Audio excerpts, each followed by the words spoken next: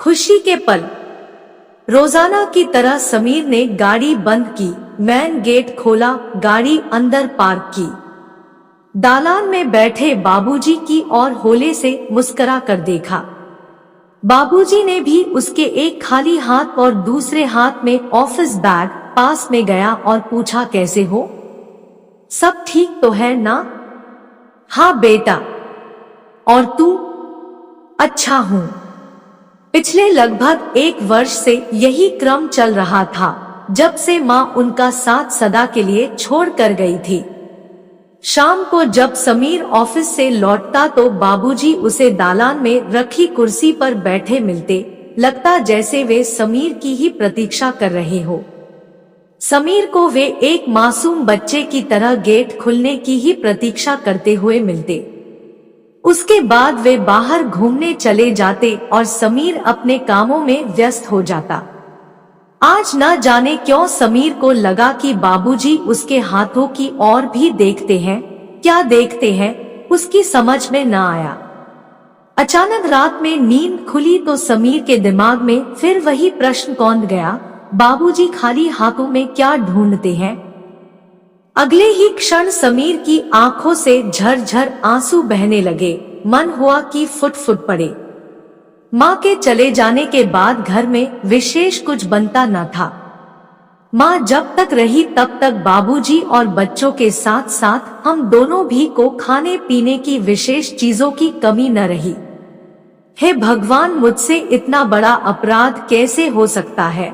क्यों मैं यह भूल गया कि बच्चे बूढ़े एक समान होते हैं। पिछले कुछ वर्षों में घर की ईएमआई और बच्चों की पढ़ाई के खर्चों ने समीर और सुस्मिता बच्चों एवं बूढ़ों की छोटी मोटी इच्छाओं के बारे में कुछ सोचने का मौका ही न दिया। समीर को याद आया कि बचपन में वो और उसके चारों भाई बहन किस तरह शाम होने का रास्ता देखते थे और जैसे ही बाबूजी घर के आंगन में कदम रखते, सब उनसे लिपट जाते और उनके हाथ के झोले को ले जाकर माँ के हाथ में थमा देते। तब समय एवं परिस्थिति के हिसाब से उस झोले में रोज कुछ न कुछ नया होता, हम बच्चों के खाने के लिए। फिर माँ हम सभी भाई बहनों को बराबर में बिठाकर बड़े प्यार से खिलाती। कुछ बचता तो माँ बाबूजी भी खाते, वरना हम बच्चों के खिले चेहरे और मन देखकर ही वे दोनों तृप्त हो जाते थे। कभी किसी वजह से बाबूजी को आने में देर हो जाती या उनके हाथ खाली हो तो लगता जैसे पूरा घर उदास हो गया हो। समीर के आंसू थमने का नाम न ले रहे थे। वैसे तो अब घर में खाने पीने के लिए सब आसानी से उपलब्ध होता है, फिर भी बच्चों के साथ साथ बुजुर्गों को भी लगता है कि कोई बाहर से आता है तो कुछ न कुछ खाने के लिए विशेष मिलेगा ही मिलेगा। कुछ भी हो, कल से मैं जब भी घर वापस आऊंगा तो मेरे हाथ खाली न होंगे। और उसने मन ही मन माँ जी और पिताजी से क्षमा मांग ली थी। कहानी सुनने के लिए धन्यवाद। कहानी अच्छी लगी हो तो वीडियो को लाइक और शेयर करें।